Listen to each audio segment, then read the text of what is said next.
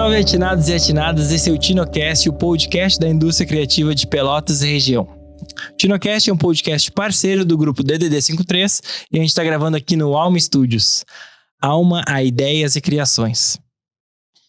Eita! Alma. Vida, ideias e criações.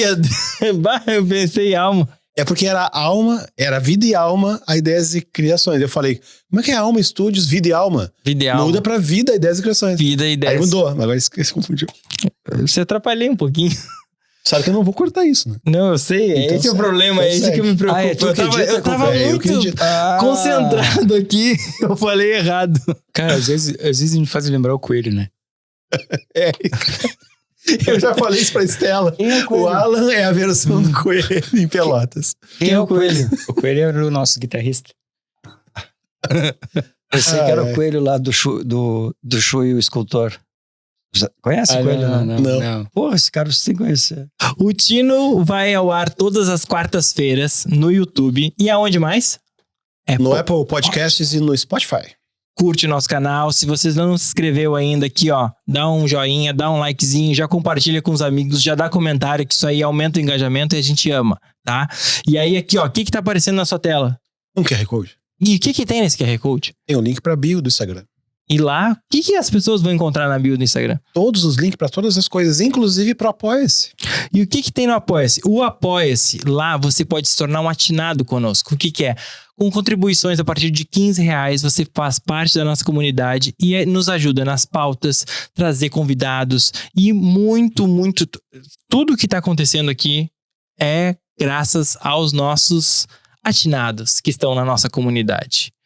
E também sempre começo agradecendo os nossos apoiadores. Lacute Pizzas, Zó Cervejaria, e hoje a gente tá tomando uma White IPA lá, o Jefinho amou, ele disse, ele falou assim mais cedo, ele gostou. Livraria Vanguarda, com o cupom TINO nas compras... Vai cair com o alto, bem na pontinha.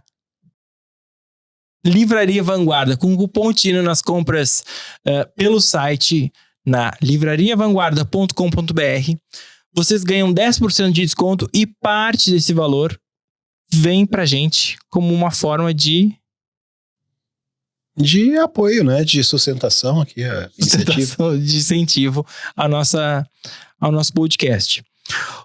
Vou agradecer aos nossos patrocinadores. O TinoCast é patrocinado pela Incomum, cuidadores de marcas. Me cuida. Cuido, até o slogan, viu? Cuido sim. Vou fazer um convite pra ti não, porque tu já conhece o nosso convite. Eu não sei se já tava ali quando... Mas pros dois, vou fazer um convite pros dois, tá? Ó, fechem os olhos de uma forma hipotética, assim, e imaginem vocês aqui em Pelotas, tá? Trabalhando de frente pra um lago, tá? Com gente caminhando, se exercitando, curtindo o dia. Um lugar onde as pessoas se sentem bem, ele é aberto... A pessoa pode morar, ela pode ir para um café, ela pode ir para um restaurante bem lá no canto. Que lugar é esse? Parque Una. A metrópole de Pelotas. A Elis disse. Aparece nas pesquisas a metrópole de Pelotas. Ah, é? Nas pesquisas de Pelotas, a metrópole de Pelotas. Lugar onde as pessoas se sentem bem. O Parque Una é uma extensão do escritório. As pessoas podem ir para os cafés, fazer reuniões com pessoas criativas e também morar nesse lugar. Se exercitar, né? Pessoas correndo às 10 da noite, porque é um lugar seguro também, né? Parque Una, um lugar para ser vivido agora. Hoje o nosso papo... Nosso papo é com uma das personalidades de Pelotas, eu diria. Nosso papo hoje é com Carlos Humberto Zelevati, empresário pelotense, fundador da Seriarte, gráfica de referência em offset e serigrafia na região. Atuou como presidente da FenaDoce, colaborando para fortalecer a economia e a cultura local. Após décadas no mercado gráfico, passou a se dedicar a viagens de aventura pela América do Sul, registrando trilhas e experiências que unem curiosidade, espírito explorador e conexão com diferentes paisagens e culturas. Seja bem-vindo. Obrigado. Uma alegria estar com vocês e com o Cuca. foi um super parceiro durante a minha vida profissional, com o Jeff, outro grande parceiro, e contigo, que a gente já trabalhou numa Fena Doce, no Festival de Gastronomia. Acho que era o teu início. Era 10 anos, 12 anos atrás. Isso mesmo. Muito legal Tua frase. estar aqui. Como? Tua frase. Quem teme a queda nunca conhecerá o voo. Complemento com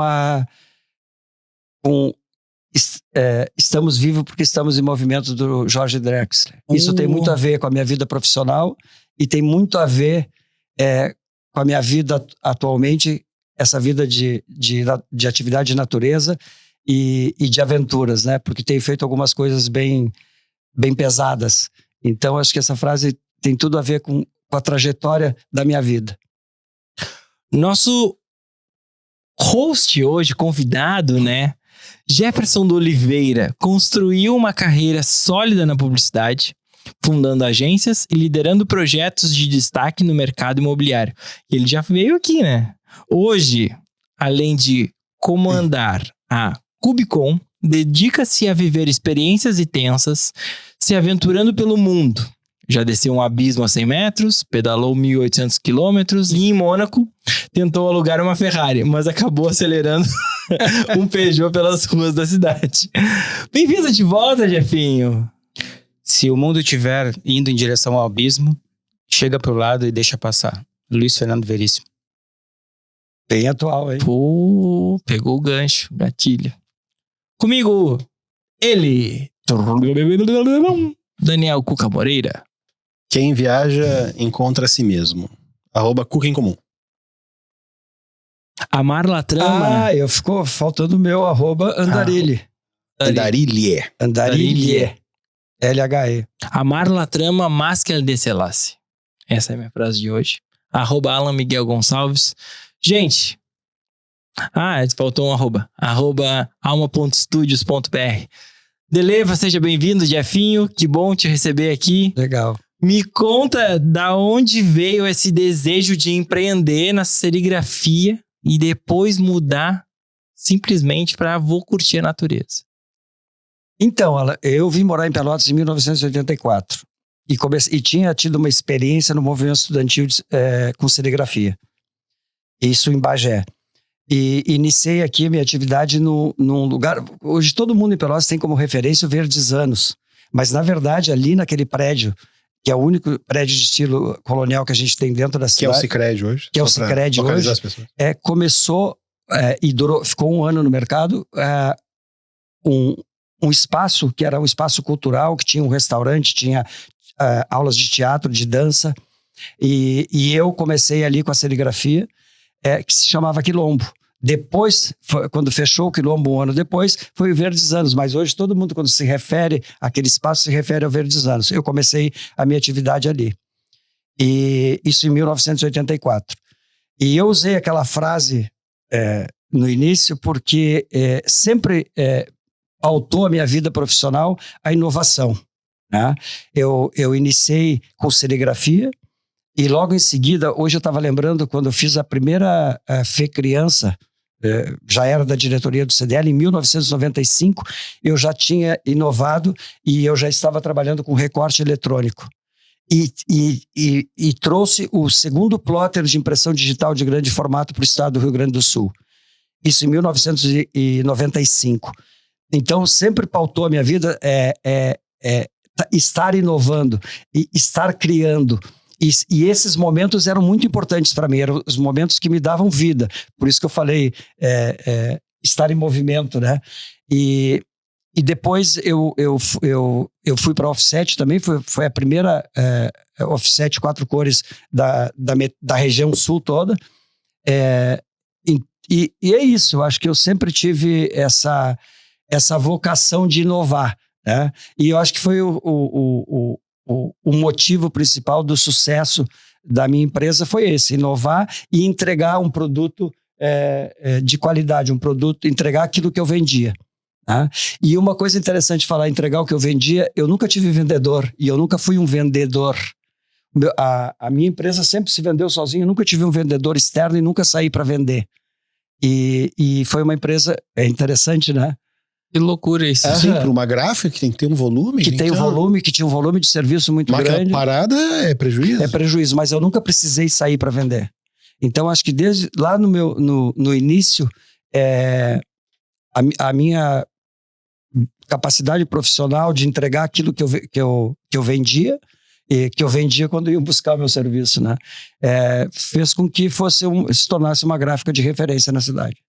E não só isso, né? Quando tu traz para um mercado que não existe um 4x0 ou 4x4, em 90 e poucos, já tá inovando dentro do mercado. Então, quando tu é pioneiro, o pioneiro sempre é referência. Então, que bom que teve esse movimento de já ser conhecido sem precisar de comercial. Mas não é isso é um caso fora da curva, né? Então, sempre que quando eu entrei em recorte eletrônico, eu saía no momento certo. Quando o mercado começava a ficar muito competitivo, eu fui para offset, entendeu? Eu ficava migrando. E eu acho que isso me garantiu uma evolução da empresa e garantiu esse período de trabalho, garantiu que hoje eu pudesse estar usufruindo da vida, né? E fazendo essas atividades de natureza que eu faço, essas aventuras, mas sempre pautado na mesma história, né? Quem teme a queda não conhece o voo. Cara! Eu lembro de uma vez que eu te liguei, que a gente estava fazendo programação visual do Guanabara. Eu te liguei, porque não sei, tinha que ver as cores ali, a paleta dos adesivos não era bem igual, né? E aí eu sei que eu tava numa pilha, porque eu tinha que resolver aquilo, e tu me deu um toque assim, Cuca, tu tá muito acelerado, Cuca. Calma, Cuca, não sei o que. E é estranho isso, porque ao mesmo tempo que tu era inovador, e que tu tava cheio de trabalho, e que tu era uma pessoa que é dinâmica, eu acho que tu prestava atenção nessas coisas da vida, né? Que eu ali, sei lá, 96, 97, não sei bem quanto que era, né? Eu tava com 23 anos, né? E agora tu enveredou por uma coisa de aventura, né? E tu tá, me parece que tu tá curtindo realmente as coisas, mas aquele toque que tu me deu, né? E eu me lembro que eu te disse assim, não, às vezes o estresse é bom porque impulsiona a gente a tu fazer alguma coisa, entende? Porque eu tava na pilha de resolver o negócio, eu tava muito agitado, eu acho, né? Enfim, eu tô fazendo um contraponto entre o que tu faz hoje, depois de percorrer a tua trajetória toda de sucesso, e que tu consegue hoje olhar pra ti e fazer as coisas que tu quer no ritmo que tu quer. Realmente, hoje eu só faço as coisas que eu estou a fim de fazer, entendeu? E as coisas que eu curto fazer. Não me peçam nada para fazer hoje que eu não esteja a fim de fazer, entendeu? Não vou executar. Eu sempre fui um cara que gostei muito da produção, da execução, da realização, né? Talvez aí a justificativa maior de eu nunca ter saído para vender o produto. Eu gostava sempre do chão da fábrica. Eu gostava de estar presente, eu gostava de conhecer a capacidade produtiva de cada funcionário, eu gostava de conhecer a capacidade de produção de cada equipamento. Ali era o meu grande envolvimento, entendeu? Por exemplo, nos períodos de política, que a gente tinha que produzir, às vezes, 200% a mais do que tu produzia no mesmo período, eu adorava aquela pressão, porque eu ia para dentro da empresa e fazia todo o planejamento e administração da execução de máquina por máquina, de funcionário por funcionário. Cara, eu adorava isso. E isso também eu trago para minhas aventuras. Eu adoro planejar e planejar para executar. Tanto é que a minha mulher, num determinado momento, na minha primeira grande aventura, ela olhou para mim e disse assim, cara, tu já terminou o planejamento, está concluído o planejamento, foram 7 meses de planejamento. A minha casa era cheia de tralha. Aí ela olhou para mim e disse assim, tá, tu já fez aquilo que tu gosta, que é planejar. Agora desiste da aventura. Foi uma proposta que eu recebi, entendeu? Óbvio que eu não desisti, né, cara? Então, mas até hoje, eu adoro planejar e executar. Adoro a logística, a correria da logística, Isso tem pautado muito a minha vida. Tá, e quando uma coisa sai do eixo desse planejamento aí? Tu tá suscetível a Tem plano B? deixar as coisas acontecerem? Cara, eu... Não sai do controle? Na minha primeira grande aventura, eu me preparei muito. E volto na frase essa que eu falei. Tá? Quem tem medo da queda, vou repetir, não conhecerá o voo. Quando eu planejei minha primeira grande aventura, que foi uma travessia de 660 quilômetros no Pantanal, a bordo de um caiaque, dormindo na mata, óbvio, ninguém gosta de perder, ninguém gosta de que as coisas deem errado. Mas eu me preparei muito para que esse momento pudesse acontecer, entendeu? Mas, ao mesmo tempo, se acontecesse durante o trajeto, eu tinha voado um pouco. Eu tinha tido a oportunidade de, se eu não tivesse concluído 660 quilômetros, tivesse feito 300 quilômetros, eu tinha vivido intensamente aqueles 300 quilômetros. E isso, até hoje, cada expedição que eu vou fazer, eu não sei se eu vou conseguir concluir. E não tenho medo de não concluir, de dizer, olha, desisti porque não aguentei fisicamente, não estava preparado emocionalmente. Tudo pode acontecer, mas eu não vou deixar de fazer, entendeu? Acho que é por aí.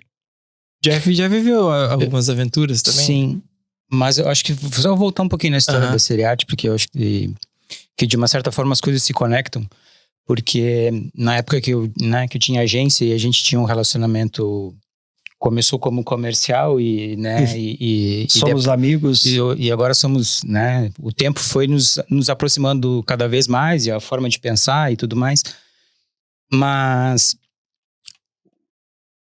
Eu acho que quando a pessoa se dispõe e está sempre de cabeça aberta e coração aberto e peito aberto para executar, para fazer as coisas,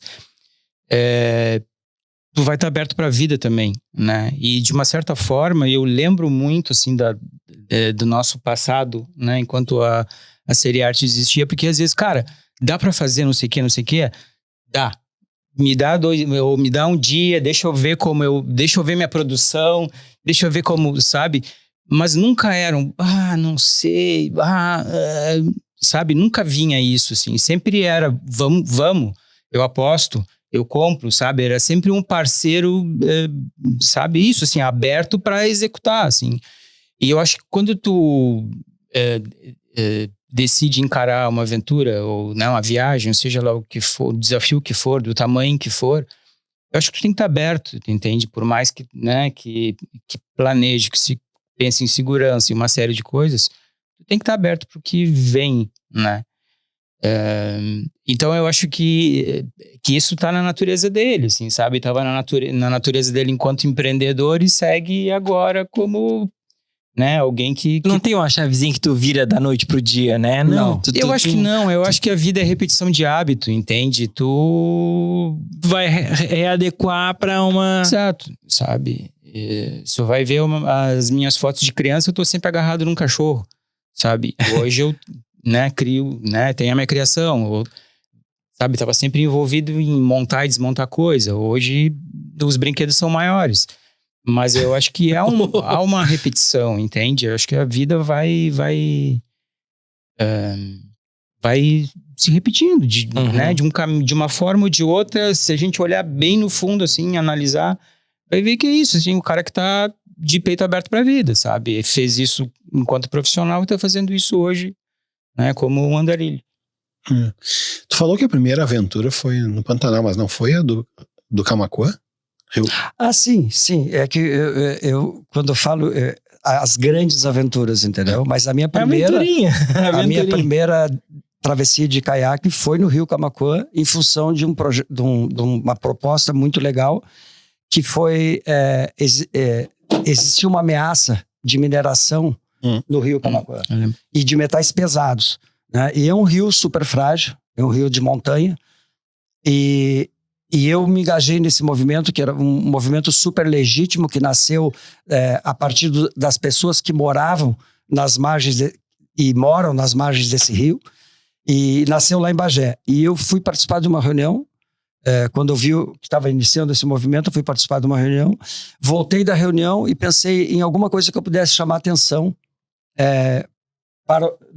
para esse tema, né? E planejei uma travessia de caiaque. E foi super, super legal, assim. Aí acabei participando do documentário da Assembleia Legislativa sobre o Rio Camaquã, sobre esse tema. E essa foi a minha primeira. Mas aí eu falo que do Camaquã eu já tenho 7 ou 8 descidas. Mas as grandes, eu sempre me refiro às grandes travessias, mas óbvio que eu aprendi fazendo essas pequenas travessias. E fiz 2 travessias solo, uma na Lagoa dos Patos e uma na Lagoa Mirim. Atravessou a Lagoa dos Patos? Não, atravessei. Eu saí de Pelotas até São Lourenço para ter uma experiência de vivenciar momentos solos, que isso é muito importante. Por mais que numa atividade, essas mais inóspitas que eu faço com um parceiro, eu posso me encontrar num momento solo, porque pode acontecer algum perrengue, né, e eu ter que segurar a bronca sozinho. Então, essa experiência de tu vivenciar uma travessia, alguma atividade de natureza solo, é muito legal. Eu fiz cicloviagem em Portugal solo, e isso me deu muita bagagem para enfrentar a estrada, entendeu? Mas, por outro lado, eu tenho 4 grandes travessias, eu tenho 3 travessias no Pantanal de caiaque, tenho alguns quilômetros navegados, acho que em torno de 2.200 quilômetros navegados de caiaque no Pantanal. Eu tenho uns 4.000 quilômetros de barco e muitos quilômetros por terra. E então são 3 grandes travessias de caiaque no Pantanal. Tem uma grande travessia de caiaque na Amazônia. Se tu me perguntar hoje se eu faria de novo, eu vou te responder que não. E tenho duas cicloviagens. E tenho vários treques, já subi o Monte Roraima, agora acabei de chegar, já fiz toda a Cordilheira dos Andes do Ushuaia até Jujuy, que é a última província da Argentina, e acabei de chegar de um trek na Cordilheira Blanca, que é uma cordilheira dentro da Cordilheira dos Andes, né? Eu caminhei 7 dias na altitude, foi bem difícil.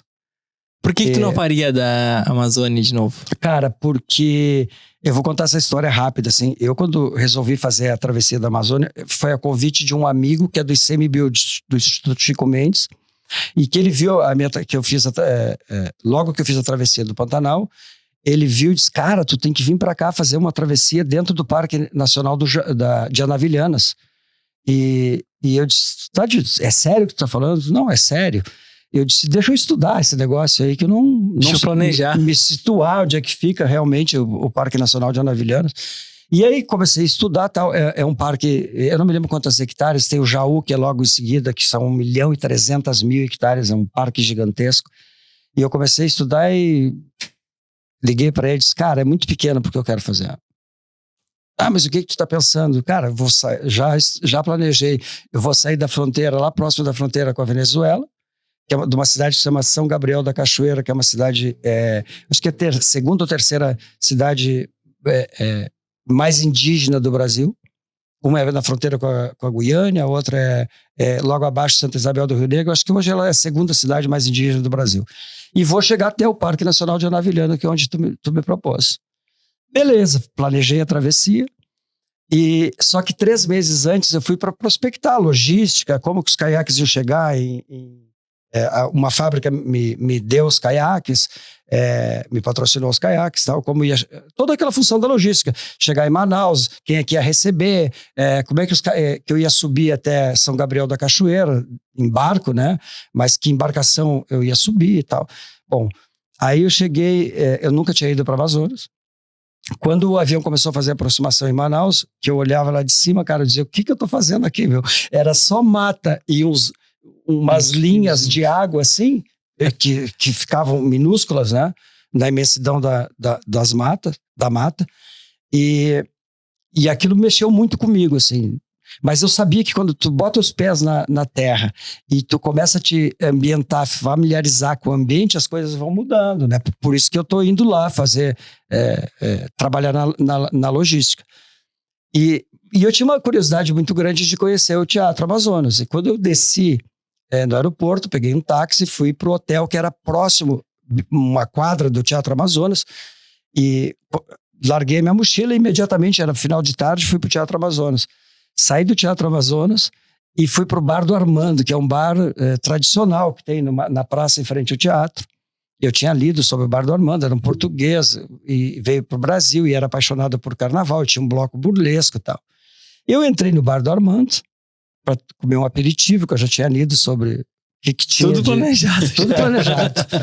Aí, cara, entrei no Bar do Armando, tinha os caras na frente tomando umas biritas e tal, e petisco. Quando eu entrei lá, só tinha um cara sentado numa mesa dentro do bar. O garçom veio para me atender, eu não tinha nem sentado. E eu olhei para cheio de alegoria de carnaval nas paredes e tal. E eu disse pro garçom, você pode me falar um pouquinho da história do Bar do Armando? E tinha um senhor, que era esse cara sentado tomando uma cerveja. E o cara levantou e disse assim, não, eu posso te contar, eu fui amigo do Armando. Eu posso te contar toda a história do Armando. Aí ele levantou, começou a contar a história, em pé, eu fui em pé. E ele terminou de contar a história e perguntou para mim, e você de onde é? Eu disse, eu sou gaúcho. E o que tu faz aqui? Eu disse, cara, faço umas aventuras e vim prospectar uma aventura que eu vou fazer agora. O que tu vai fazer? Eu disse, vou sair de caiaque lá de São Gabriel da Cachoeira e vou chegar até Manaus. A ideia inicial era até Manaus, era só passar no Parque Nacional de Anavilhano. E ele disse assim, não faça isso, cara. Eu fui policial a vida inteira, hoje sou advogado. Vão te matar no rio para te roubar tuas coisas, vão cortar tua barriga para te não flutuar, vão te jogar no rio e a tua família nunca mais vai te ver. Essa foi a recepção que eu tive em Manaus. Cara, aquilo mexeu muito comigo, mas eu já tinha, na primeira travessia essa do Pantanal, muitas pessoas tentaram demover a ideia de eu fazer a travessia. Pelo risco, porque a onça vai te comer, porque não sei o que. Isso fez com que eu estudasse muito, procurasse conhecimento e elenquei algumas coisas que eram as principais ameaças do Pantanal. Então tinha 2 biólogos conservacionistas de onça pintada que me passaram uma série de informações sobre os hábitos das onças. Então isso é muito bom, sabe? Porque tu acaba... É um medo momentâneo, mas que te encoraja para te buscar um reforço emocional. E tu busca um reforço emocional através de um bom planejamento, através de conhecimento, de onde tu está pisando, do que tu vai enfrentar. E eu acho que foi por aí, assim. Então, isso foi um momento bem...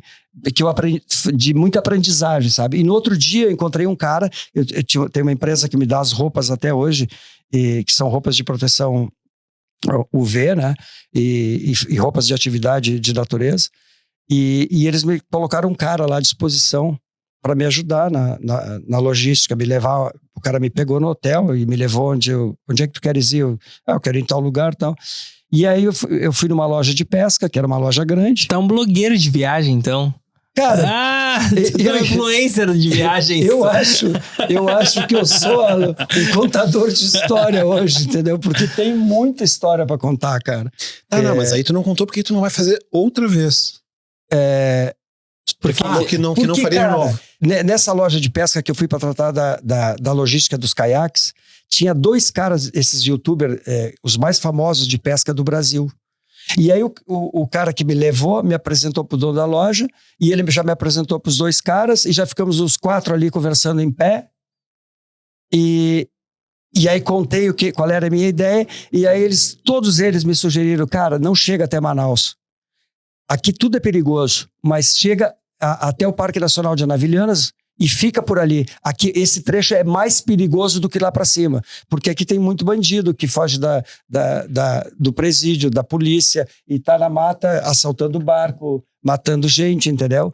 E aí eu resolvi encerrar a travessia até o Parque Nacional de Anavilhanas. E todo esse arcabouço de informação fez com que eu mudasse um pouco aquilo que o meu desejo da travessia, que era conviver com com as comunidades ribeirinhas. A visão romântica. A visão romântica, exatamente. E eu acabei convivendo mais em aldeias, que era o primeiro trecho, os primeiros 290 quilômetros, eram terra indígena dos 2 lados. E depois, nessas comunidades, tem muito traficante, porque ali passa, cara, tráfico de animais, tráfico de droga, tráfico de minério, tudo o que é proibido circula nos rios da Amazônia, entendeu? E então eu comecei a evitar esse convívio nessas comunidades justamente para não me expor. Porque no ano anterior, 2018, quando eu fiz a do Pantanal, foi quando ela era uma inglesa, não sei se vocês vão lembrar desse episódio, que estava descendo o Rio Solimões, sozinha, e os caras mataram ela para roubar a máquina fotográfica, o rastreador de satélite, as pequenas coisas que a gente carrega numa situação dessa. Não, e a gente fica na ideia de, bom, vou planejar aqui, já li tudo, mas quando chega na localidade, de fato, tem uma visão de quem é local. E às vezes a gente tem que se adaptar, né? Exatamente, foi o que eu fiz. Então eu comecei a evitar essas comunidades e a Amazônia tudo é grande. O Rio Negro é o maior rio de águas escuras do mundo, né? Eu passei no arquipélago de Mariuá, que é o maior arquipélago fluvial do mundo, são 1.200 ilhas, e cheguei no segundo maior arquipélago fluvial do mundo, que é Anavilhanas. Então, nesse trecho abaixo, onde era terra indígena, o rio fica muito largo, com muitas ilhas, eu comecei a navegar entre ilhas para que não me observasse, entendeu? Então, eu entrava na mata para dormir, se não tinha absolutamente ninguém me vendo. Sozinho? Não, eu e um parceiro. O meu parceiro foi um menino do Mato Grosso, o Noé, que é o meu grande parceiro, não pôde fazer, e eu estava sem ninguém de parceria, e tinha um menino que me seguia no Insta, e a gente começou a conversar, ele era da pesca esportiva, gostava de caiaque, pesca esportiva de caiaque, e eu convidei ele para ir comigo, e ele estava desempregado naquele momento, e achou que era um sonho se aventurar nessa, e foi comigo. Inclusive, no último dia, nós já enxergávamos a Anavilhanas, no Vairão, na verdade, que é a cidade, né, onde é a sede do parque, e eu perguntei para ele, entrou um temporal, nós fechamos rapidamente a loninha, a gente pegou vários temporais muito feios, e eu, embaixo da loninha, perguntei para ele, em algum momento pensou em desistir? Ele disse, no quarto dia.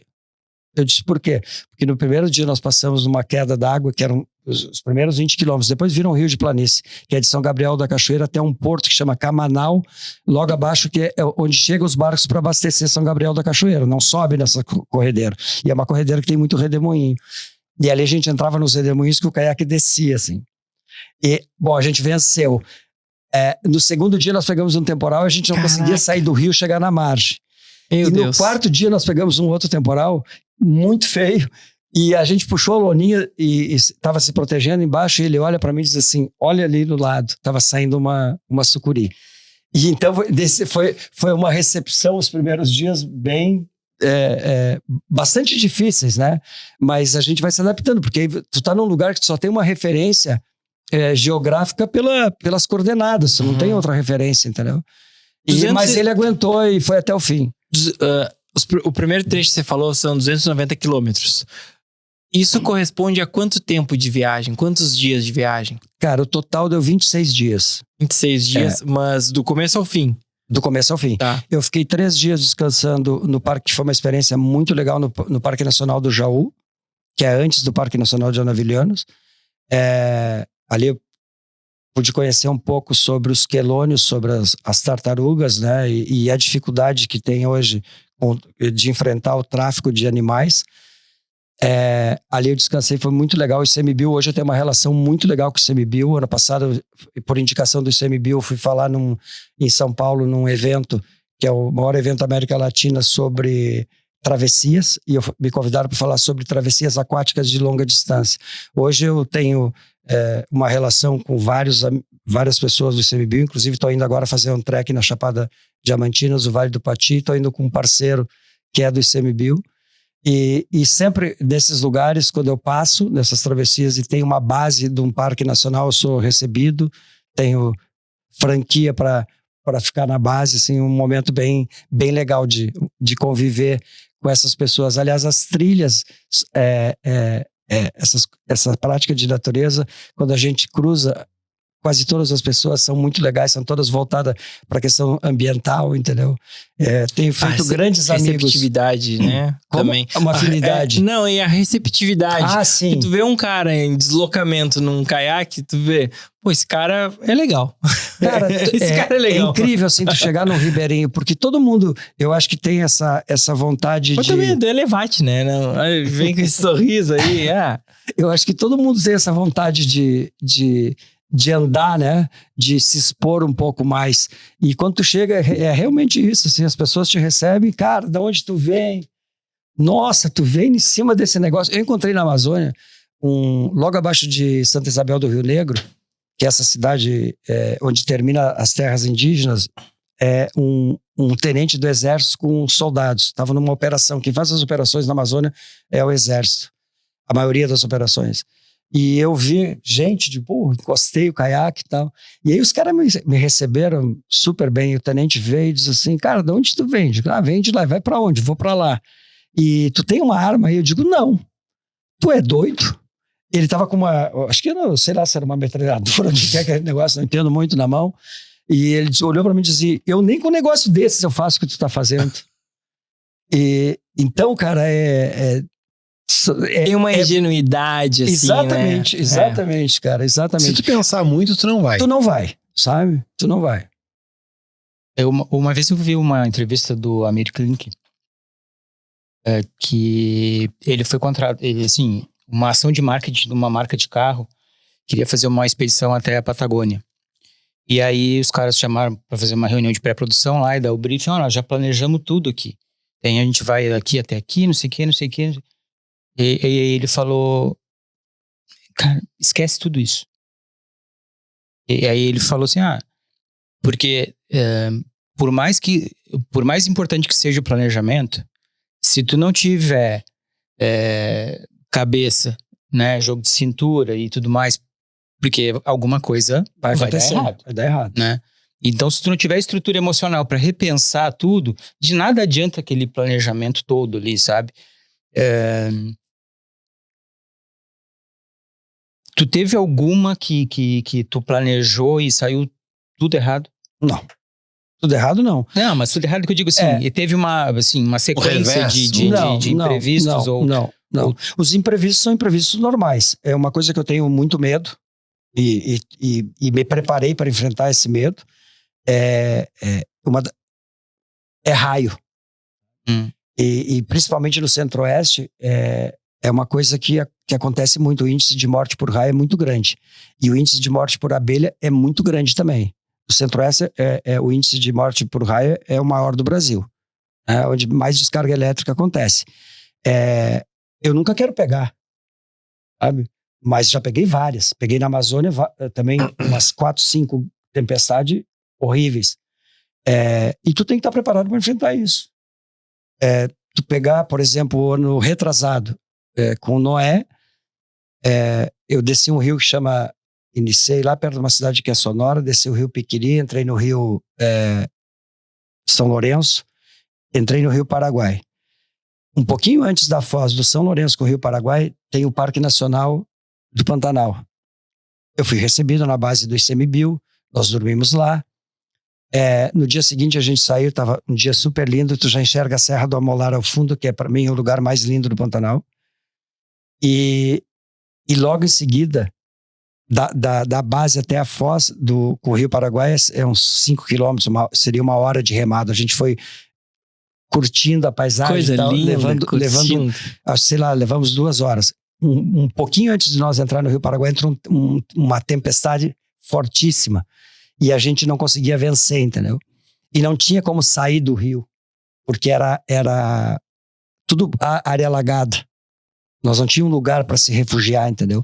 Até que a gente conseguiu entrar no Rio Paraguai e depois de muito esforço, chegar no Ribeirinho, que era um lugar super precário, e não parava de chover, muito, muito vento.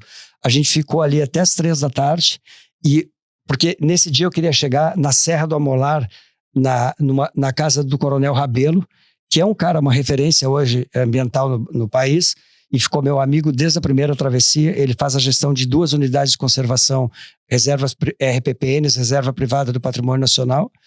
E e o Wilson, que trabalha com ele, estava me esperando.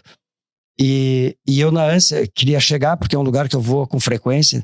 E às 3 da tarde deu uma acalmada no vento, acalmou a chuva, e eu e o Noé nos olhamos, porque a gente não tinha nem onde armar barraca, não tinha um lugar para botar uma rede nesse lugar que a gente estava. Vamos chegar lá no Rabelo. E, cara, nós saímos, navegamos uma meia hora e entrou um temporal de novo, muito forte. E a gente era muito difícil vencer e não tinha onde sair. Puxa, bom, nós chegamos, eram de noitezinha, já escuro. Meu Deus. E o Noé estava quase hipotérmico. Né? E então foi um momento bem difícil. Tanto é que a família proibiu o Noé de voltar. Chega, Noé. Deu. Teve 2 perrengues nessa viagem, um foi esse. E a gente Só chegou a muito arca exausto. pro Noé agora. Hã? Só a arca pro Noé. Só a arca pro Noé. Não, mas agora ele foi numa expedição comigo, mas era uma expedição que eu montei embarcada num lugar que em 2019 eu pensei em fazer um documentário que para mim é o maior, é o maior desastre ambiental do Pantanal e muito emblemático. E aí o documentário acabou ficando de lado por causa da pandemia. E esse ano eu montei uma expedição para viver alguns dias nesse lugar maravilhoso, incrível, assim. O maior desastre ambiental do Pantanal, se criou um outro ecossistema. Eu me arrepiei, assim, estou arrepiado, porque o lugar é demais, demais, demais. Incrível, assim, como a natureza se adapta e se transforma, entendeu? E o Noé foi meu parceiro. Quando eu invento essas mais light, ele é meu parceiro. Eu tenho um outro parceiro lá no Mato Grosso, tem um hotel fazenda Baía das Pedras, que também eles embarcam nas minhas loucuras e são parceiros em todas. E eu falei no início, né? Quem viaja vai em busca de si mesmo. Em todos os tipos de viagem, eu acho, né? Mas principalmente eu acho numa viagem desse tipo de aventura, né? Talvez isso seja mais forte ainda, né? Tu acha isso? O que tu vai em busca quando tu viaja? Eu acho isso. E eu vou em busca de superação, tá? E uma coisa que me motiva muito, e eu falo isso, cara, o problema não é tu remar 910 quilômetros, 700 quilômetros. O problema é tu suportar vários dias, 10 horas por dia. Eu já fiquei das 13h30 da manhã às 9h30 da noite sem ter um lugar para descer do caiaque. Tu suportar isso num sol, muitas vezes de 40 graus, é o mais difícil, sabe? Porque fisicamente, para remar, tu te prepara. Óbvio, tu pode ter um perrengue no meio do caminho, uma contratura muscular, um cansaço físico e tal, mas tu aguentar esse tranco aí, tu vou fazer 65 anos, mas pegar um menino de 30 anos sarado de academia, não vai aguentar o tranco, sabe? Porque é muito difícil tu suportar várias horas em cima de um caiaque, quem faz cicloviagem, eu já fiz, suportar às vezes horas e horas de pedal também, num calor, pegando subidas gigantes, ter que descer, empurrar a bike, não é fácil, sabe? Não é... eu vou lá e vou fazer. Eu acho que tu tem que te preparar muito para fazer isso. E quando a gente pensa num treinamento para esse tipo de atividade, é um treinamento atlético, de alta performance. Porque tu vai ficar muitas horas remando, muitas horas sentadas na mesma posição.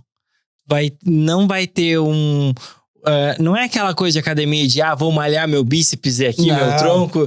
Não, tu tem que ter um equilíbrio entre corpo e cabeça que vão te condicionar para conseguir chegar nessa tua trajetória, né? Mas tá, deixa eu voltar um pouquinho antes. Deixa eu só fazer um parênteses. O físico é muito importante, mas eu acho que o emocional andam juntos ou é até mais importante. E como tu prepara o emocional? O físico tu já contou, né? Pelo menos antes da gravação. O emocional, com essa vontade de estar sempre se superando, né?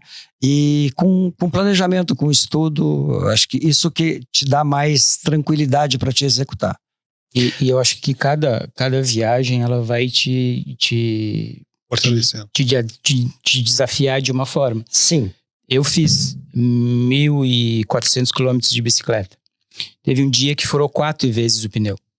No mesmo dia. No mesmo dia. É um baita perrengue. Então tu tem que desmontar tudo, tem que, sabe? E eu tinha planejado para naquele dia fazer, sei lá, um número X de quilômetros para chegar numa cidade tal e não conseguia, entende? Porque, né, cada vez que 4 vezes para furar é assim, ó. Sacanagem. Acaba com o teu dia, entende? E foram 26 dias de pedal, sendo que deles 11 com chuva. Mas tu sabia que tu ia pegar chuva quando tu saiu de casa? A gente tá preparado pra isso, né? Óbvio. Mas tu ia chegar, né? Tu ia pedalar o dia inteiro, porque tu, né, saía às 7 horas e ia até às 7, quase 12 horas pedalando na chuva, né? E no frio, porque era 10, 9, 8 graus. Na medida que subia, ficava mais frio, entende? Uhum. E eu não sei se vocês lembram daquele acidente que teve com um petroleiro na costa da Galícia, na Espanha, que derramou óleo. Tem vários que derramam óleo. Não lembro, mas Jeff, foi uma coisa feia. Não lembro. Então, eu tava no Morro do Sebreiro e era impossível ficar em pé. Entende? Então, eu me deitei na estrada, peguei, fiz um mata-leão com as pernas no guarda-reio da estrada e eu segurava a bicicleta, porque tava tudo voando. Entende? Era uma tempestade e full, assim.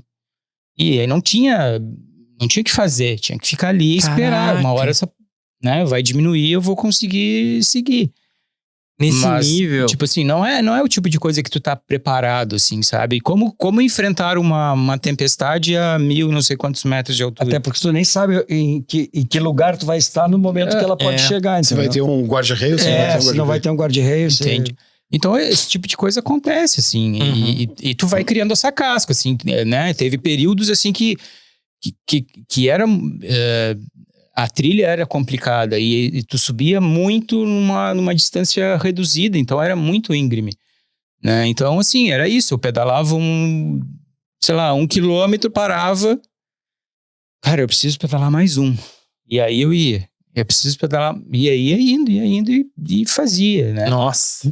Isso chama-se o quê? Determinação. Pra chegar em um lugar pra tu dormir. Exato, assim. Entende? Então, assim, tu acaba criando um exercício contigo mesmo, mental. Tipo, vai, tu consegue, é só mais um pouco. Quando chegar ali, a gente vê o que vai fazer. Aí tu chega ali, né, e vai. Porque não tem, entende? Deixa eu voltar aqui uma coisa. Deleva, quantos anos a Seriarte ficou em atividade em Pelotas? Ah, cara, eu acho que quase 40. 40 anos. Hoje eu tava lembrando da Fê Criança, foi em 1995 que eu fiz. Eu vim em 84 pra cá. São 20 mais 84 para 95. 11. 31 não, mas foi mais. 30. 30. Não, 30 da Fê Criança, não, 41 anos, por aí. Tá. 41 anos. Nessa trajetória, empreender em Pelotas, quais foram os maiores desafios pra ti? Foi Na cidade, assim, O início, cara, eu trabalhava muito, eu trabalhei muito. No auge, assim, quantos funcionários vocês tinham lá na Seriarte? 28. 28. Eu trabalhei, cara, os primeiros 7 anos, praticamente não tinha férias. Tá? Depois que eu começou a estabilizar, eu nunca deixei de viver, entendeu? Eu montei uma estrutura que andava sem a minha presença. Eu estava muito presente naqueles momentos que eu tinha que inovar, que tinha que agregar atividade. Achar equipamentos novos. Aí eu sempre fui assim, cara. Eu entrava para dentro. Eu nunca eu sou um cara que tenho dificuldade para fazer 2 coisas ao mesmo tempo.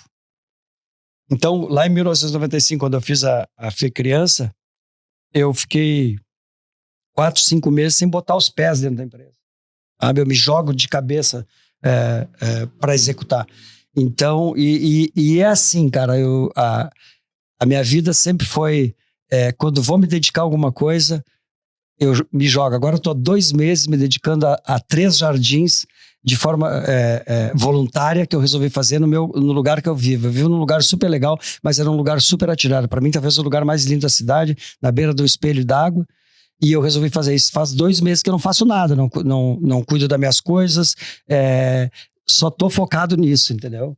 Até eu acabar, eu não paro. E quando tu tinha série arte, você tinha esse desejo de vou viajar o mundo de caiaque? Já tinha esse desejo de viver a natureza? Não, eu sempre fui um cara que estive muito próximo da natureza. Eu nasci para fora e morei até os 11 anos de idade para fora. Então, eu sempre tive contato com a natureza e cada vez quero ter mais. Sabe, o meu Deus. Mas é a era de natureza. pecuária?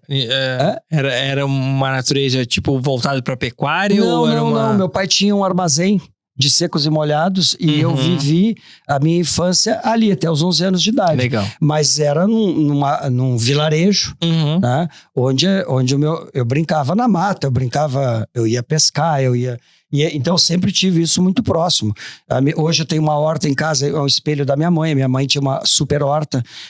A minha mãe tinha um jardim e era interessante, era um jardim fechado. Só ela entrava e cuidava das plantas. A gente contemplava as plantas pelo lado de fora, entendeu? Hoje eu tenho um grande jardim e é minha ocupação que eu amo, sabe? Hoje eu semeio e planto. É a coisa que mais tem me dado prazer. Nos momentos que eu não tô viajando, entendeu? Sim. Tá, e deixa eu te perguntar uma coisa de mercado, assim. Tipo, você tá um pouco fora do mercado, já parou com a série arte. Hoje em Pelotas, o que você faria dentro da economia criativa, assim? Tipo de visionário, tipo, o que tá acontecendo em outros lugares? Tem alguma coisa que você traria pra Pelotas de ter visto em outros lugares? Não, porque eu não olho mais, não tenho mais esse olhar. Não tem esse olhar. Entendeu? Eu tô quase ermitando hoje. Esse olhar não tenho. Não tem mais espaço dentro desse corpo. E não quero ter, entendeu? Eu quero não querer ter. Exatamente. Exatamente isso. Sim, então sim. eu vou ficar te devendo essa resposta. Não. Silêncio. Não, eu boto fé, porque é um lugar que eu quero chegar também. Eu penso assim, tipo, eu acho... Todo criativo, lá na pandemia, queria ter uma horta em casa, fez o seu próprio pão, porque, tipo, precisava de uma lacuna ali, de se conectar com um eu, seja ele qual for. E eu acho que o criativo tem um contato com o manual, seja ele qual for, né? Ou com a natureza, ou com quem não cozinhou na pandemia, né? Quem não teve um contato, assim. E eu acho que eu pra mim, ou eu viveria na praia, né? Eu gostaria de ser um socialite de Copacabana, né? De viver na praia o tempo inteiro. Ou, tipo, ter um campo, né? Eu quero chegar nesse lugar. Quero sair do audiovisual e... E tu te planejou pra fazer isso depois de se aposentar, enfim? Para fazer essas atividades da natureza? Ou como que tu descobriu a tua vontade disso? A proximidade que eu sempre tive com a natureza, né? Mas tu planejava, quando eu parar, não vou... Não, tu não pensava nisso, né? Eu pensava. Não, eu acho que não pensava que seria tão radicais algumas, entendeu? Mas eu tinha claro que eu queria viver mais próximo da natureza. E de uma forma mais tranquila. Mais tranquila. Então tu te planejou para viver mais tranquilamente. Não quer dizer que eu seja um cara tranquilo. Sim. Né? Não, porque tu é focado e trabalhador. André, eu sempre falo assim que quando a gente viaja, a gente nunca volta igual, né? Acho que toda viagem, ela de uma certa forma transforma.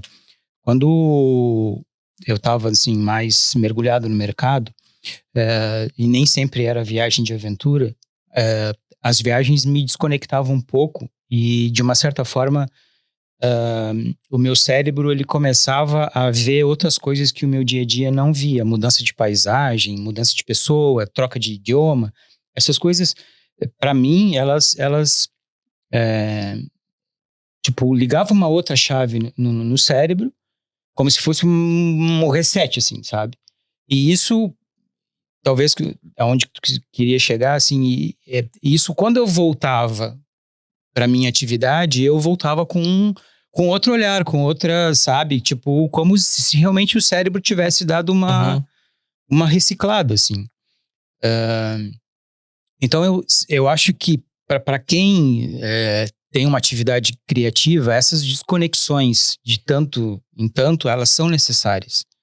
Entende? Porque ela refresca o cérebro, porque quem trabalha com isso 24 horas, não desliga. O cérebro está sempre ali na busca da ideia, na busca da solução, sabe? Vendo referência ou vendo isso, ou não desliga. E aí essas desconexões, seja com viagens ou atividades manuais ou coisas que ativem outra parte do cérebro, eu acho que elas são fundamentais, assim, porque o cérebro também é uma ferramenta que cansa, entende? Ela se esgota, então... O criativo tá sempre pensando, né? Eu acho isso fundamental, sabe? Essa assim, desconexão. Tem alguma das viagens que tu fez, que tu voltou, que alguma delas tenha te mudado alguma coisa, assim? Porque essa que eu fiz de pedal, eu disse, cara, depois de ter terminado isso, eu posso qualquer coisa, assim. Sabe o que é exatamente isso? Todas as minhas viagens me encorajam mais, entendeu? A enfrentar a vida, enfrentar as dificuldades. Duvido hoje.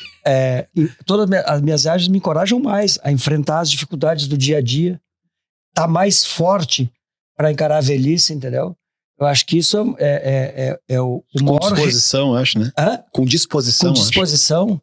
E essa exposição te garante tu tá mais preparado para velhice, sabe?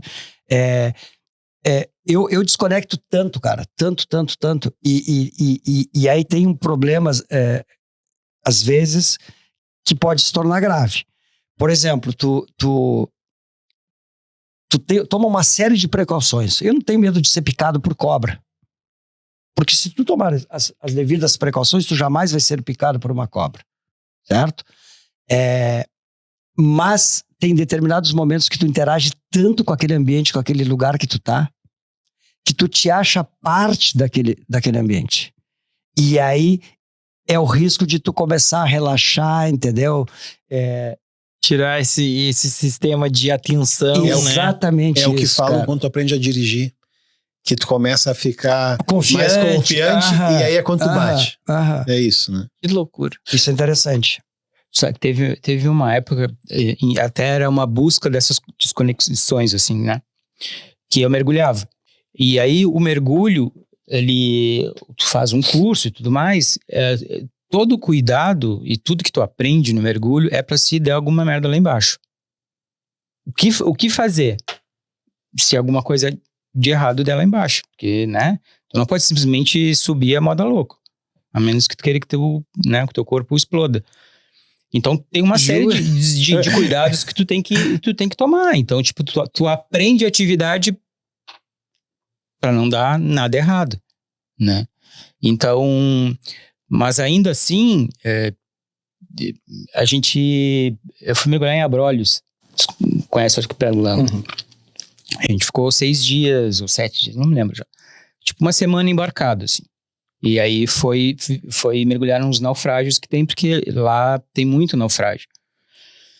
E, cara, e aquele dia o mar tava muito virado, mas muito virado. E eu enjoo muito fácil. Eu imagino um mergulhador que enjoa. Mas assim, eu passo muito mal. E aí eu tenho que tomar remédio para não vomitar. E aí esse dia o mar tava muito mexido. E aí tu fica no barco ali e tu tem que vestir a roupa, e tu tem que botar, né? Tu tem todo um ritual ali que ele não foi feito para um... E assim, e aí tinha outras pessoas, né, no barco e tal, e acabou que eu fui ficando por último, assim. Cara, eu queria cair na água, e aquilo balançava e balançava e balançava. E aí tinha um tiozinho lá, que ele era um pouco mais idoso, assim, com um sobrinho, e aí eles estavam se enredando. Eu tinha vontade de botar os dois pra dentro da água que eu queria, porque lá embaixo não é assim, sabe? Mas ali em cima balançava muito, assim. E, cara, e aí eu mergulhei muito mal. E aí uns 3, 4 metros, assim, tipo, tá dentro de um liquidificador. Depois lá embaixo, calma, né? Só que, cara, eu tava tão virado. tão virado, que eu vomitei no respirador, assim. Sabe? Nossa. E tipo assim, isso é o tipo de coisa que tu aprende numa aula. Se tu passar mal lá embaixo, tu não vai voltar pra cima pra vomitar lá em cima e descer, tu entende? Porque tu vai estragar todo o teu mergulho. Então, vomita no respirador e segue o baile. E foi um dos mergulhos mais fantásticos que eu já fiz, entende? Mas é o tipo da coisa que, cara, tu não tem como controlar, entende? Tu tem como te adaptar, né? Então, é isso, assim, acho que a vida é um pouco disso, assim, tem sempre um perrengue, tem sempre um imprevisto, tem sempre uma coisa... Se tu vai ficar sofrendo muito, cara, a vida te atropela, entende? É mais fácil planejar uma viagem ou uma fê criança? Ou uma fena doce? A Fernanda. Cara, eu vou te falar uma coisa. O maior desafio que eu tive na vida foi... A fena doce. Não, Fê criança. foi planejar a fé criança. Porque foi no mesmo ano, 1995, a gente fez, eu fui responsável pela divulgação da Fena Doce, quando a CDL resgatou a Fena Doce, trouxe a Fena Doce para a responsabilidade de executar. E terminou a Fena Doce e um companheiro da CDL lançou a ideia de fazer uma Fê Criança, mas não sabia absolutamente nada. E quem vai presidir a Fê Criança é o Delevate. Cara, Caiu no teu colo assim. caiu no meu colo assim. Era um evento que tinha 3 meses para planejar, viabilizar e executar sem 1 centavo. Foi tipo uma sucuri, assim, caiu. Mais ou menos. Não, a sucuri é mais fácil, eu acho. E foi um grande desafio e ao mesmo tempo foi um momento que me deu muita certeza de que eu tinha uma capacidade maior do que eu pensava que tinha, entendeu? E eu concebi um evento que foi maravilhoso, a concepção do evento, a viabilidade e a execução deu tudo certo. Pena, eu vi a Elis, que estava aqui hoje, que as coisas em Pelotas não dão continuidade, né? Era um evento que tinha como propósito o público infantil, né, e adolescente.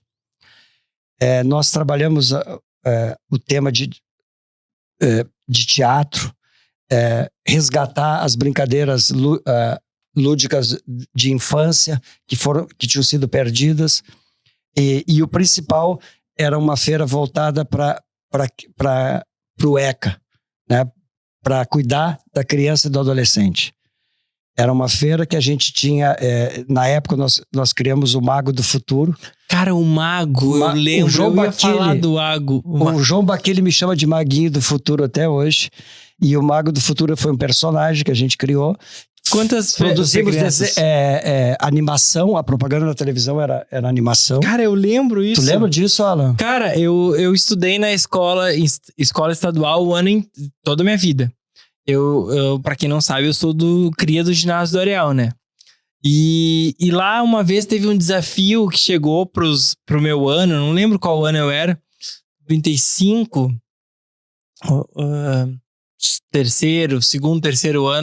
quarto ano, chegou, vocês têm que desenhar o novo mago, numa escola estadual, o novo mago que vai ser pra Fê Criança. Eu não sei quantas edições teve. 3, 4. Eu acho que foram 3, cara. Eu executei a primeira e saí fora. Cara, e pra mim é muito emblemático porque era um lugar de criança. E eu fico pensando hoje, assim, tipo, hoje eu sou pai, né? Eu não sou mais aquela criança, mas eu tenho uma criança. E o quão emblemático foi ter uma feira de criança. Porque a Fena Doce é a feira do doce.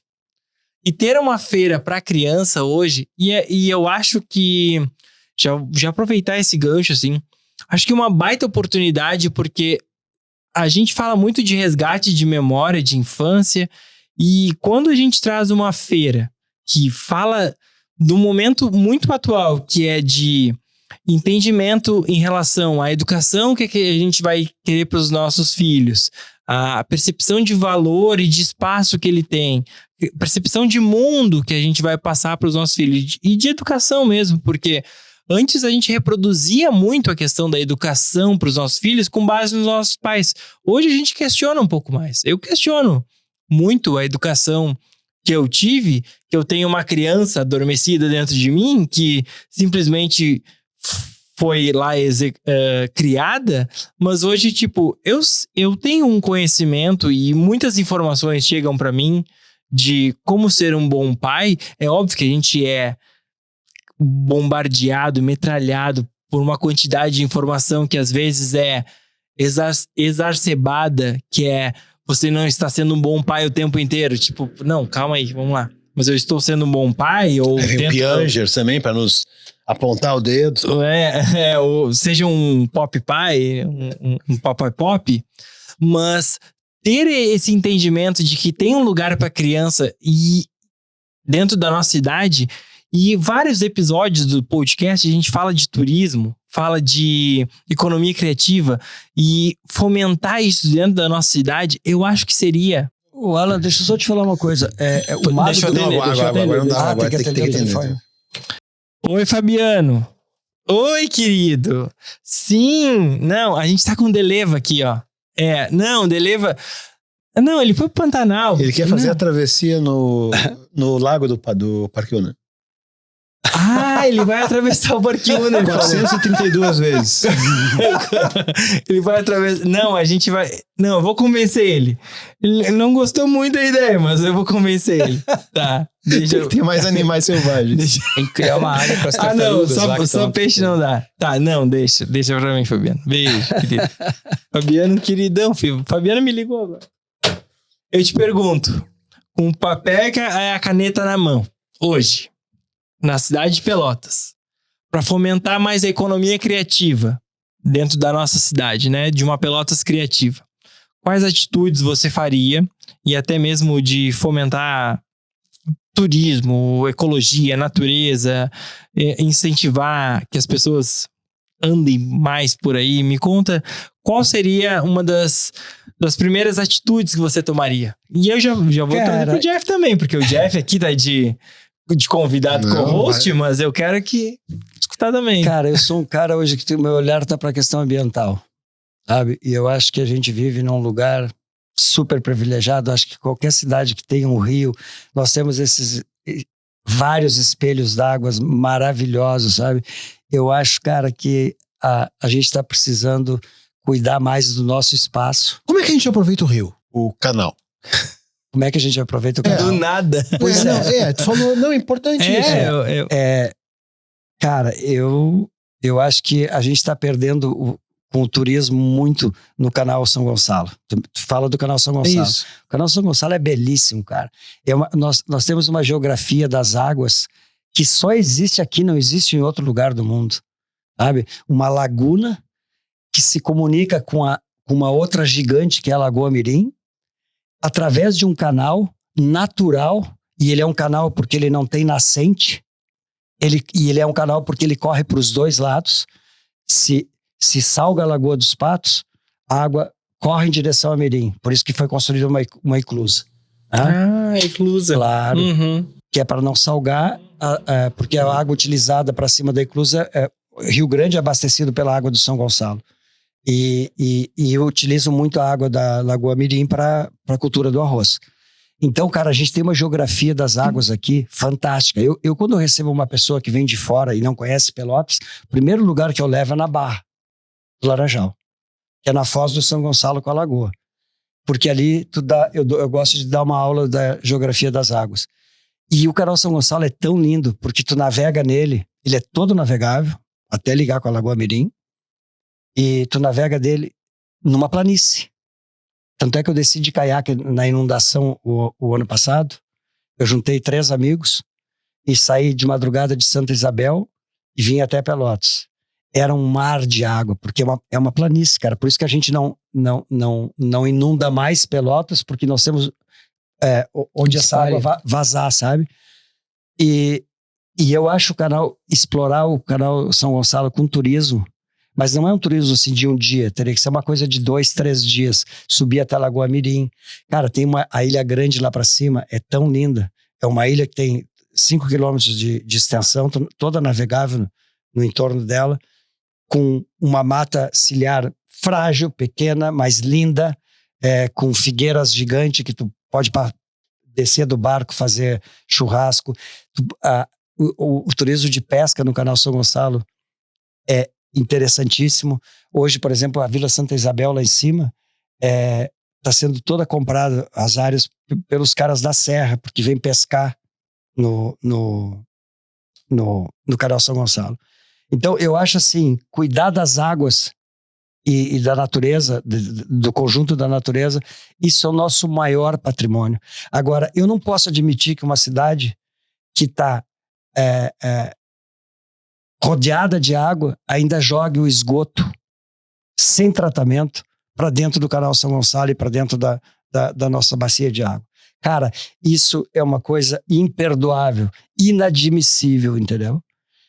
Eu moro dentro de um condomínio que é lá no condomínio Marina Ilha Verde, que é um condomínio, eu acho que é o lugar mais lindo da cidade, apesar do Parque Una ser lindo. A metrópole. O meu lugar é mais selvagem, eu vivo no meio, ali tem jacaré, tem capivara, tem ratão do banhado, tem tarrã, tem uma infinidade da nossa fauna, uma flora muito legal, mas, cara, é uma tristeza, assim, porque as pessoas ainda despejam lixo dentro dos espaços coletivos, que é uma área maravilhosa, como despejam lixo nas ruas, nas esquinas, pela cidade, entendeu?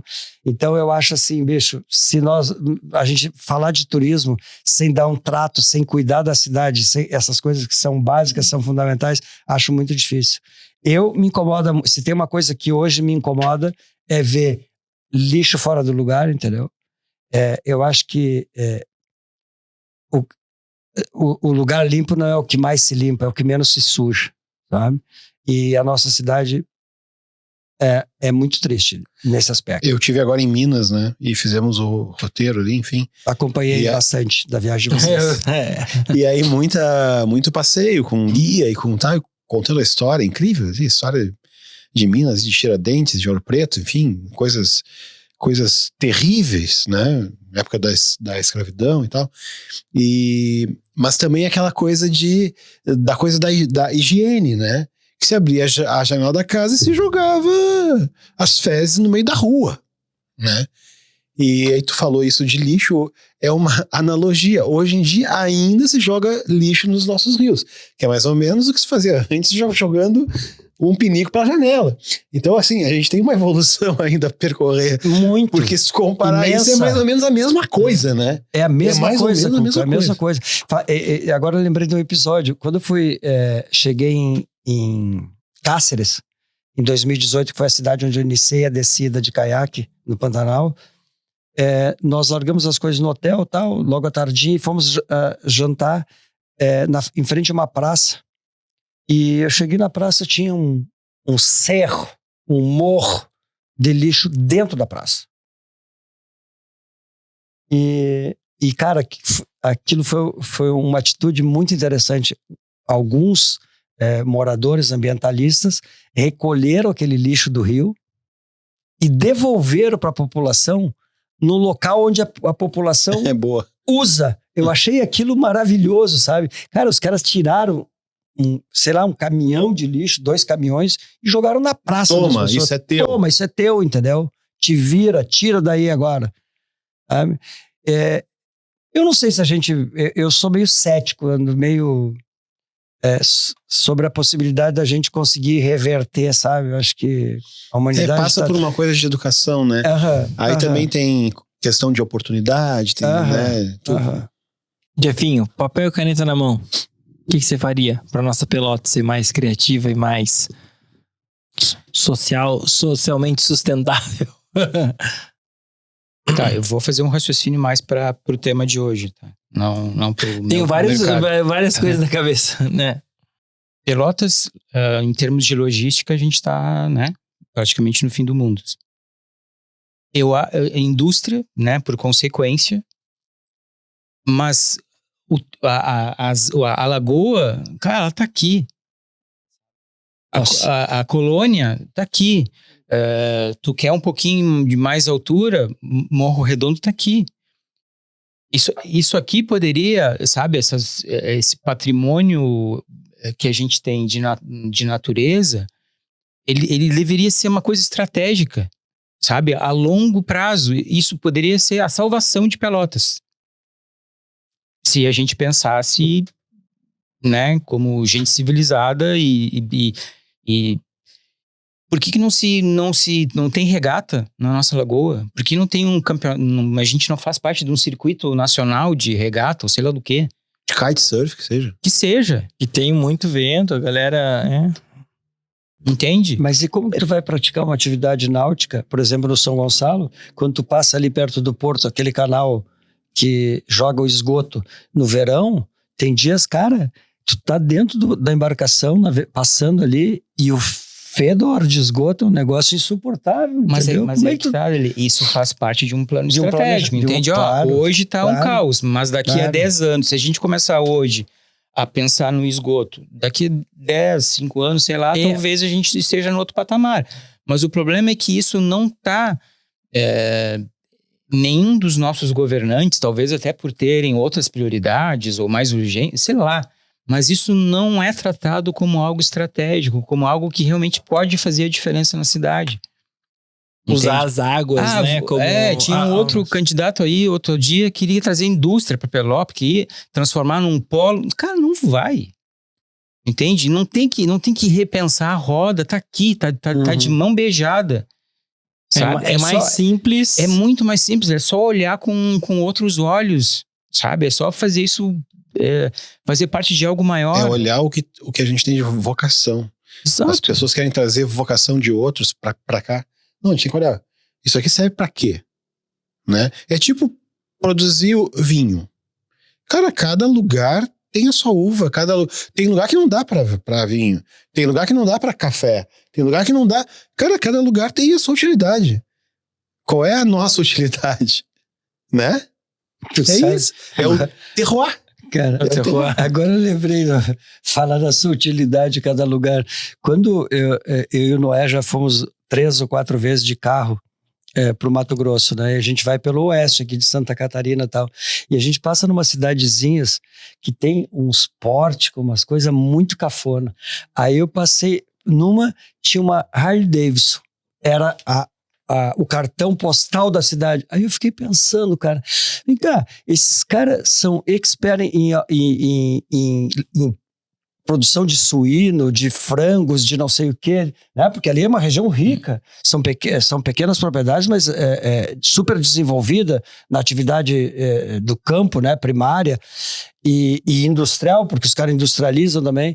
Mas aí a cara da cidade era uma Harley Davidson, sabe? Eu fiquei pensando, eu passei sem saber realmente qual era a vocação da cidade, entendeu? Mas eu sabia que aquela cidade tinha uma vocação muito mais importante do que ter uma Harley Davidson. Hoje, quem passa em Pelotas consegue ver a vocação que tem em Pelotas? Acho que não. Não. Posso estar muito enganado. Mas quando eu entro em São Lourenço, eu sei que vai ter um sol em algum momento.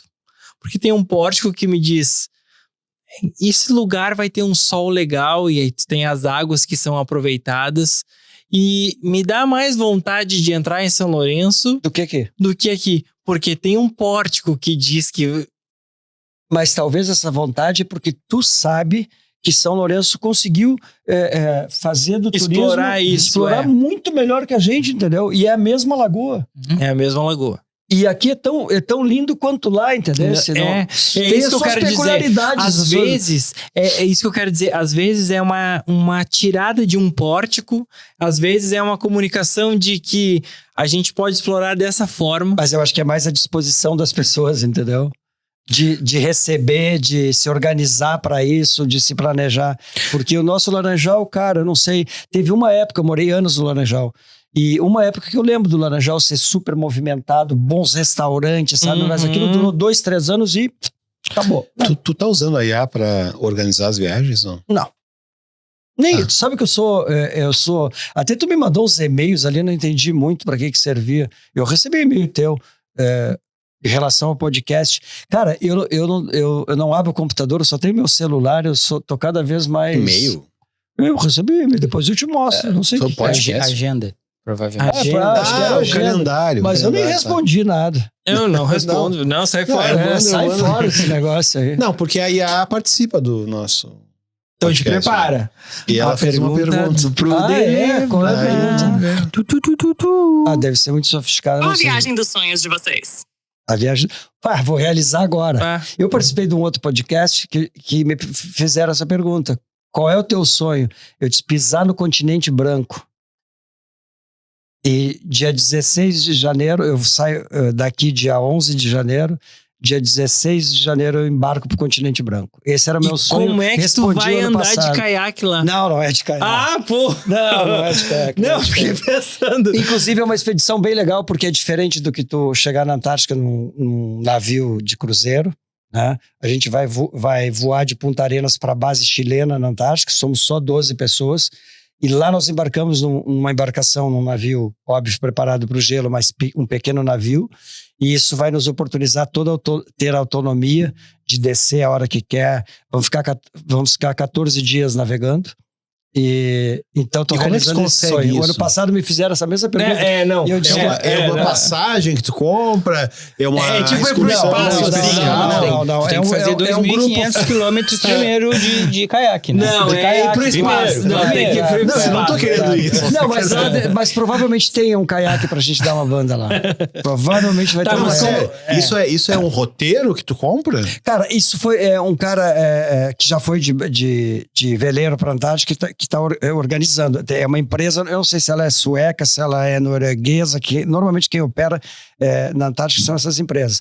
E ele conseguiu fechar um pacote com os caras, com a empresa proprietária dessa embarcação, e nós somos 12 brasileiros, mais a tripulação da embarcação que eu não sei quem é. E o legal dessa expedição é isso, que a gente tem autonomia total. E brasileiros do Brasil inteiro? Ou como é que Acho é? que mais de São Paulo. Vai o Rafa, que é um cara que eu conhecia uma família no Jalapão, numa das viagens que eu fiz, e o Rafa é amigo dessa família, e o Rafa vai junto, ele é um super fotógrafo, segue aí o Rafa, acho que é Rafa Mesquita. Ele é um baita, eu te mostro depois, é um super fotógrafo, e ele é apaixonado, ele é fotógrafo de natureza, selvagem, e apaixonado pelos oceanos. E vai um outro cara, agora eu soube que é um documentarista, que eu não sei o nome dele, ainda não sei exatamente quem é o cara. Então é um grupo bem pequeno, e o legal é que a gente vai escapar de nausear 2 dias atravessando o Drake, e 2 dias para voltar. Nós vamos voar de Punta Arenas para a base chilena. Então, estou numa super expectativa. Agora estou indo para fazer a Chapada de Diamantinas, o Vale do Pati, volto e acho que vou ficar cuidando do meu jardim, da minha horta, até chegar nessa viagem aí, que eu estou numa super expectativa. E tu, Jeff? Tua viagem de sonhos. São muitos sonhos, Várias, né? Jeff. Vários. Tá indo no Peru agora, né? Não, tá. Semana que vem. É. Assim, eu mandaria a minha Defender de navio para a África, Opa! atravessaria a África e iria mergulhar em Moçambique com os tubarão-baleia. Me leva junto. Hein? Me leva É junto. sonhar? A viagem dos sonhos. Nasceu... Putz, não sei. Não, Não tem viagem de sonhos. Não sei. A minha viagem dos sonhos hoje Eu é penso- voar de balão na Capadócia. Eu penso em coisa mais coxinha, assim. Quero Eu ir acho pro coxinha, Japão. mas eu acho que é Quero ir coxinha. pro Japão, ali pra Tóquio. É o Cuca. Esse é o Cuca. Ai. Não tem viagem de aventura. Sabe um... Mas me leva nessa, por favor. Vamos? Pô, vamos. Eu sou parceiro. Quem sabe a gente planeja junto isso. Ah, Sou temos sonho, aí, ó. Ó, daqui a 2 anos teremos um episódio sobre a viagem de vocês. Ó, quem sabe. Não, a gente pode precisar um pouco mais, né? Um pouco mais, 3 anos. Eu já tô de vagabundo. O Jeff que não. O Jeff ainda trabalha, tá produzindo, tá em plena capacidade produtiva ainda. Eu não. Já tô um Plena ancião. capacidade. Hein? Alan, já tô um Jeff, ancião. deixa eu te perguntar. Quer falar? Não, eu ia falar, a gente estava falando né, Mas eu quero- sobre pensar estrategicamente turismo e tal. Eu não sei. Tu foi a Bonito? Fui. Eu fui. Tenho coisa pra falar sobre bonito. Eu fui a Bonito. Tu tem pra falar sobre tudo, Elevado. Só um pouquinho. Eu fui a Bonito, eu acho que é tipo assim, há uns. Vamos lá, uns 20 anos atrás. E porque eu queria fazer o Abismo em Umas. Não sei se Eu fiz. Tu fez? É o atrativo mais legal de bonito. A gente desce uma fenda De rapel, desce 70 metros, negativo, e porque é uma caverna inundada. E aí eu desci mais 30 mergulhando, porque ela é inundada, realmente, né? E na época a gente era só eu e a Gigi, né? E tipo assim, a gente pegou e juntou grana para fazer os passeios, assim, né? E cara, mas era uma cidade lá há 20 anos atrás, tá? Tudo era organizado em função do turismo, assim, sabe? O restaurante, a forma como as pessoas te tratavam, tudo assim, tudo simples, sabe? Tipo, tudo não tinha gourmetização, mas assim, tudo funcionava, tudo era organizado, tudo, né? Tu entrava, por exemplo, tinha fazendas que antes tinham outra atividade, só que lá tinha uma nascente dentro daquela, né? Já viu uma nascente? Alguém viu? Cara, é muito louco, assim, porque realmente brota água do fundo. Sim. E fica bizarro. assim, a areia, assim, fica a areia flutuando, assim, sabe? Como se fosse um... E aí tá nascendo ela começa água a ali. escorrer E vai. E aí, essas fazendas hoje, elas são muito focadas no turismo. Então, tu chega num lugar, deixa a tua roupa seca, põe um neoprene, vai fazer o flutuação, né? E aí tu não pode botar os pés no chão, tu só flutua e desce. E aí tu vai chegar no final, vai estar tua roupa seca lá pra tu botar. Aí vai ter o restaurante, vai ter o lugar pra tu dormir, o redar. Sabe? Tudo é pensado nisso. Uhum. Aí, beleza. Vamos voltar a Bonito e levar as gurias. 20 anos depois. E, claro, a gente não fez o abismo em umas, porque, né, já não dava. Com o filho a gente já pensa duas vezes. Aí eu mergulhei na Lagoa Misteriosa, que é uma lagoa que ninguém chegou até o fundo hoje. Até hoje ninguém sabe a profundidade dela, ninguém chegou ao fundo dela. E só ela tem uma janela que dá pra tu mergulhar, porque o resto depois fica de algas marinhas, sei lá, umas algas lá e vira uma sopa de ervilha, tu não enxerga nada, entende? E aí eu fui e a gente levou as gurias. E aí já continua a essência de um local focado no turismo, mas não é um turismo, sei lá... Predatório. Exato. Mas vou deixar tu concluir. O que eu notei, assim, tipo, hoje tá gourmetizado, hoje tem restaurante não sei o quê, porque os filhos daquela tiazinha que cozinhava 20 anos atrás, saiu dali e voltou com outro, né? Então hoje já tem resort, já tem outras coisas. A gente ficou no Senegal Palace. Cara, a gente não tinha... Eu dormia no chão, assim, de tanto calor, no chão, no porcelanato mesmo, assim, porque, cara, era muito quente. Não tinha ar-condicionado do Senegal Palace. Não era esse nome, a gente que chamava de Senegal Palace. Mas a cidade decidiu que queria aquilo, né? Exato, aquela é a essência dela, e vamos assumir é a isso. mesma coisa, é incrível. É uma cidade que decidiu... mas posso falar de como rapidinho, mas como fazer Pelotas vir e entender que tem um polo turístico muito maior que trazer uma indústria pra cá?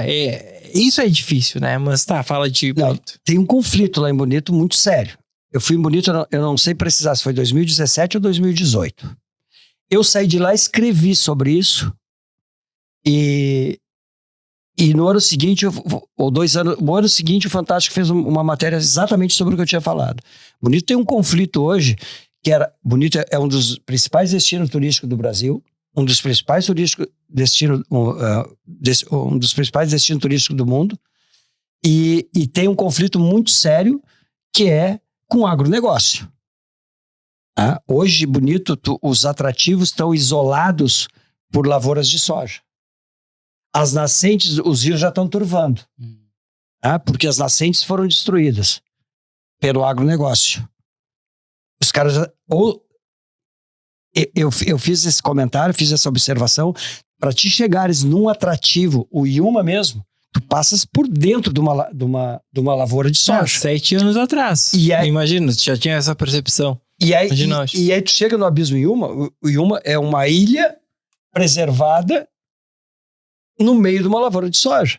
Tem uma caverna, que eu não lembro o nome da caverna também, tu chega numa lavoura pelo meio de uma lavoura de soja, e aí tem uma área pequena de área preservada, e dentro dessa área preservada está a caverna, mas é uma pequena área. Então, Só que o todo impacta. teve esse conflito, entendeu? Porque aí, quem que traz mais recurso para o município? O agronegócio ou é o turismo, entendeu? Então, isso é ameaça. Agora, eu tenho curtido muito o turismo de base comunitária. Por exemplo, quando eu fui para o Jalapão, foi uma viagem que eu fiz, eu viajei 13.700 quilômetros, comecei em Cuiabá, fiz sertão, fiz vivências em aldeias indígenas, e no Jalapão eu fiquei num turismo de base comunitária. Quando eu fiz o trek dos Lençóis Maranhenses, eu fiquei em base comunitária, e agora no Vale do Pati é base comunitária. Cara, independente de quem tu vai receber, se é turista Gringo, brasileiro, com grana, ou com pouca grana, ou com muita grana, o que tá o que vale é a receptividade, sabe? Por exemplo, nos Lençóis Maranhenses, tu fica nos pequenos oásis, que são dentro dos lençóis, que, aliás, quero deixar uma dica aqui.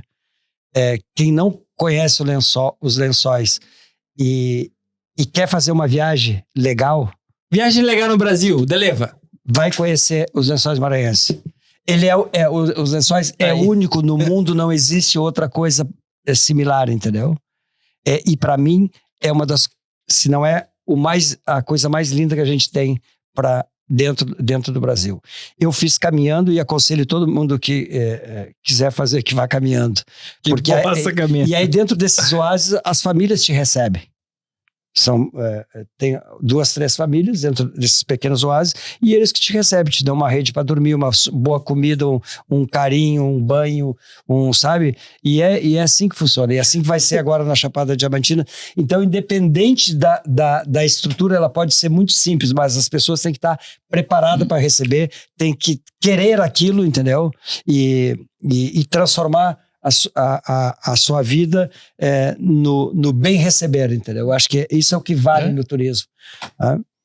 E preservar a natureza. Cara, isso é essencial, porque quando a gente pensa em turismo, não é só a iniciativa pública, a iniciativa privada, é o comportamento da pessoa dentro da localidade. Exatamente. Que o que a gente mais escuta é Fena Doce, é a feira do Pelotense. Ah, mas o pelotense recebe bem o turista porque o dinheiro vem de outros lugares para ser consumido aqui. Mas e a localidade como um todo recebe bem esse turista? Então, estamos preparados para receber esse turista? Se fomentarmos cada vez mais esse turismo, estamos preparados para isso? Acho que vai de uma... sem pensar em políticas, mas de médio e longo prazo, que tem potencial. Tem muito potencial, mas a gente tem que estar receptivo a isso. Querer. Deleva, quero te agradecer muito, muito, muito por esse papo. Foi muito legal escutar um pouco dessa história de empreender e também de desbravar este mundo, este Brasil afora, e agora indo para outros continentes. Muito obrigado, Jeffinho. Obrigado mais uma vez. Cuca. Muito obrigado. Cara, muito legal. Foi bom? Super feliz de estar aqui com vocês. O Alan, todos são amigos, não são... como o Jefferson falou, o Jefferson a gente se conheceu profissionalmente, o Cuca também, e hoje a gente tem uma relação super querida. Esse foi o TinoCast, o podcast da indústria criativa de Pelotas região. E até a próxima com muito mais TinoCast. Lá, tchau para aquela câmera lá, ó. Tchau! Aí eu fico bolado.